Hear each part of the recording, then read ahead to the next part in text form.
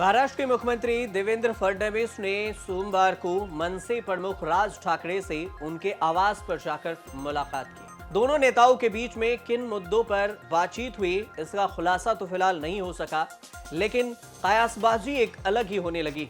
आखिर क्यों दोनों नेताओं की मुलाकात हुई है, पहले यह समझ लेते हैं। बीजेपी एमएलसी प्रसाद लाड ने कहा है कि महाराष्ट्र नवनिर्माण सेना मनसे प्रमुख राज ठाकरे ने मुंबई के दादर इलाके में शिवाजी पार्क के पास स्थित अपने आवास पर देवेंद्र फडणवीस को आमंत्रित किया था। हालांकि उन्होंने इस बारे में अधिक जानकारी नहीं दी और ऐसा माना जा रहा है कि आने वाले बीएमसी के चुनाव को लेकर दोनों नेताओं की मुलाकात हुई है।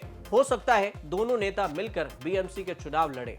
राज ठाकरे की अगर बात करें तो पिछले महीने सत्तारूढ़ बीजेपी पर जमकर हमला बोला था। राज ठाकरे ने यहां तक कहा था कि बीजेपी ने एक बार कहा था कि करोड़ों रुपए के घोटाले में शामिल नेताओं को सलाखों के पीछे डाल दिया जाएगा, लेकिन इसके बजाय उन्हें राज्य मंत्रिमंडल में शामिल कर लिया गया।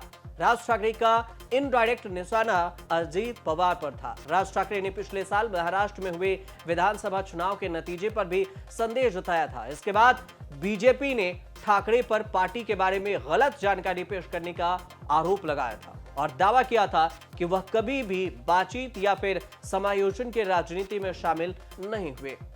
मनसे प्रमुख राज ठाकरे ने 2024 में लोकसभा चुनाव में भी बीजेपी को समर्थन दिया था, लेकिन इसके बाद राज ठाकरे की पार्टी ने पिछले साल नवंबर में विधानसभा चुनाव हुए राज्य में, तो फिर अपने दम पर चुनाव लड़ा। मनसे विधानसभा चुनाव में एक भी सीट नहीं जीत पाई थी और खाली हाथ रह गई। महाराष्ट्र में विधानसभा चुनाव के बाद अब राजनीतिक दलों की नजर देश की सबसे बड़ी बजट वाली मुंबई महानगर पालिका बीएमसी पर है। राजनीतिक दलों ने बीएमसी चुनाव जीतने के लिए तैयारी शुरू कर दी है। उधर एकनाथ शिंदे और देवेंद्र फडणवीस एक मंच पर नहीं दिख रहे हैं। एकनाथ शिंदे बीएमसी चुनाव में उद्धव ठाकरे को शिकस्त देने की तैयारी में लगे हुए हैं और आने वाले दिनों में ऐसा कहा जा रहा है कि शिंदे बीएमसी चुनाव की तैयारी का जायजा लेंगे। उद्धव ठाकरे से बगावत के बाद अब एकनाथ शिंदे नए साल में नई चुनौती का सामना करने को तैयार है। दरअसल शिंदे महायुति गठबंधन में चुनाव लड़ेंगे और उद्धव ठाकरे का पिछले 25 सालों में देखें तो बीएमसी पर कब्जा रहा है। अब परिस्थिति बिल्कुल अलग है। सांसद, विधायक और पूर्व नगर सेवक शिंदे के साथ जुड़ गए और इसलिए शिंदे उद्धव ठाकरे को टक्कर देने के लिए तैयार है। बीएमसी चुनाव में बीजेपी और उद्धव ठाकरे के शिवसेना के बीच में टक्कर होने की उम्मीद है। एकनाथ शिंदे की शिवसेना का भी महत्वपूर्ण रोल होने वाला है। शिंदे के शिवसेना बीएमसी की तैयारियों में जुटी हुई है और पिछले 25 साल से बीएमसी में उद्धव ठाकरे का मेयर ही बैठता रहा है, लेकिन इस बार मामला कुछ और ही है। अगर बगावत के बाद की स्थिति देखी जाए तो 50 से ज्यादा नगर सेवक शिंदे खेमे में चले गए हैं। बताए जा रहे हैं कि उनके सपोर्ट में है। 2012 तक बीजेपी और ठाकरे की शिवसेना का गठबंधन रहा है उद्धव ठाकरे की। 2017 में ठाकरे की शिवसेना और बीजेपी ने अलग अलग राहें चुन ली, दोनों अलग अलग चुनाव लड़े। आंकड़ों पर अगर नजर डालें तो 2012 के चुनाव हुए और 2017 में बीजेपी ने जोरदार वापसी की।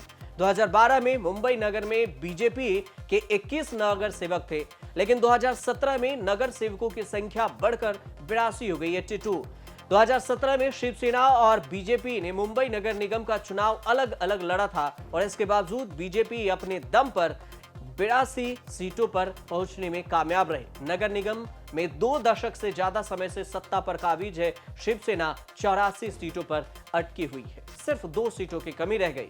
एकनाथ शिंदे की भूमिका की अगर बात करें तो इस बार जो चुनाव होगा उसमें बीजेपी मुंबई का अपना मेयर चाहती है और इसलिए बीजेपी किसी भी हद तक जाने को तैयार है। ठाकरे का गुरूर बीजेपी को उतारना है और शिंदे को साथ लेकर बीजेपी ने विधानसभा चुनाव में ठाकरे को पराजित भी कर दिया। अब बारी है बीएमसी चुनाव की। शिंदे की टीम का फोकस उन 84 सीटों पर है जहां 2017 में उद्धव ठाकरे को जीत मिली थी और ये सीटें अगर शिंदे के शिवसेना ब्लॉक करके रखती है तो फिर बीजेपी को बहुमत की सरकार बनाने में कामयाबी मिल सकती है। इसलिए शिंदे का रोल बीएमसी चुनाव में सबसे महत्वपूर्ण हो जाएगा।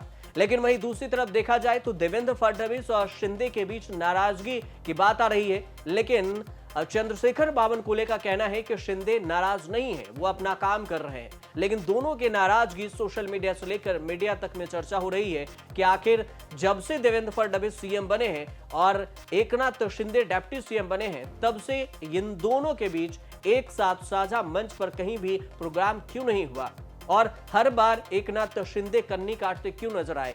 हालांकि बीएमसी चुनाव में भी यह पता चलेगा कि आखिर कौन किसके पार्टी में जाकर चुनाव लड़ता है, कौन किसको सपोर्ट करता है।